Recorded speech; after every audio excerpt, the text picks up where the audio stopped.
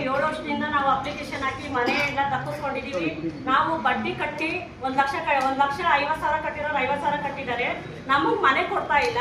ನಮ್ಗೆ ಅಮೃತ ಮಹೋತ್ಸವದಿಂದ 5 ಲಕ್ಷ ಬಂತು. ಮತ್ತೆ ನಾವು ತಾಳಿ ಅಡ ಇಟ್ಬಿಟ್ಟು ಫುಲ್ ಅಮೌಂಟ್ ಕ್ಲಿಯರ್ ಮಾಡಿದೀವಿ. ಫುಲ್ ಅಮೌಂಟ್ ಕ್ಲಿಯರ್ ಮಾಡಿ 10 ತಿಂಗಳಾಯ್ತು.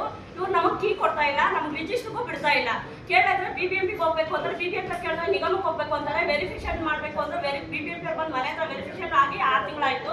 ಆದ್ರೂ ನಮ್ಮನ್ನು ಸತಾಯಿಸ್ತಾ ಇದ್ದಾರೆ. ನಾವು ಮನೆ ಕೆಲಸ ಮಾಡೋರು, ಮನೆಗೂ BBMPಗೂ ನಿಗಮಕ್ಕೂ ಓಡಾಡ್ಕೊಂಡು ಕೆಲಸದವರೆಲ್ಲ ನಮ್ಮನ್ನು ಮನೆಯಿಂದ ಕೆಲಸದಿಂದ ಆಚೆ ಕಳಿಸಿದ್ರು. ನಾವು ಕೂಲಿ ಮಾಡ್ಕೊಂತಿರೋರು ಸರ್. ನಮಗೂ 3 ಮಕ್ಕಳಿದ್ದಾರೆ, ಅವ್ರನ್ನ ಓದಿಸ್ಬೇಕು. ನಾವು ಇದೇ ಕೆಲಸ ಮಾಡ್ಕೊಂಡು ಎಷ್ಟು ದಿನ ಅಂತ ಓಡಾಡೋಣ ಸರ್.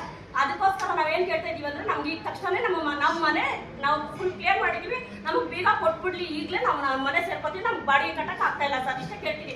ಎಲ್ಲೋ ಎಲ್ಲಂತವ್ರಿಗೆ ಮನೆ ಕೊಡೋಕ್ಕಾಗತ್ತೆ ಹೋಗ್ಲವ್ರಿಗೆ, ಎಲ್ಲೋ ಇಲ್ಲಿಂದ ಬಂದಿರೋರಿಗೆ, ಬಾಂಗ್ಲಾದೇಶದವ್ರಿಗೆ, ಕೇರಳದವ್ರಿಗೆ. ನಾವು ಇಲ್ಲಿ ಹುಟ್ಟಿ ಬೆಳೆದಿದೆ ತಪ್ಪಾ ಸರ್? ಹೇಳಿ ಸರ್. ನಾವು ಇಲ್ಲಿ ಹುಟ್ಟಿ ಬೆಳೆದಿರೋದಕ್ಕೆ ಇವ್ರು ನಮ್ಗೆ ಪ್ರತಿಕ್ರಿಯೆ ಕೊಡ್ತಾ ಇದ್ದಾರೆ. ನಮ್ಗೆ ಯಾರು ಧ್ವನಿ ಎತ್ತವ್ರು ಇಲ್ವಾ? ನಮ್ಮ ಸಪೋರ್ಟ್ ಯಾರು ಇಲ್ವಾ? ಇಲ್ಲಿರೋ ರಾಜ್ಯದವರು ನಾವು ಇವ್ರಿಗೆ ಓಟ್ ಹಾಕಿನೇ ದೊಡ್ಡ ತಪ್ಪು ಮಾಡಿದ್ವಾ ಅಂತ ನಾವೇನೋ ನಮ್ಗೆ ಮನೆ ಸಿಗತ್ತಂತ ಇವ್ರಿಗೆ ಓಟ್ ಹಾಕಿದ್ವಿ. ಏನಾದ್ರು ಕೇಳಕ್ ಹೋದ್ರೆ ನಿಮ್ಮೊಬ್ಬರಿಂದ ಓಟ್ ಹಾಕಿಲ್ಲ, ನಿಮ್ಮೊಬ್ಬರಿಂದ ಓಟ್ ಬಂದಿಲ್ಲ ಅಂತ ಹೇಳ್ತಾರೆ.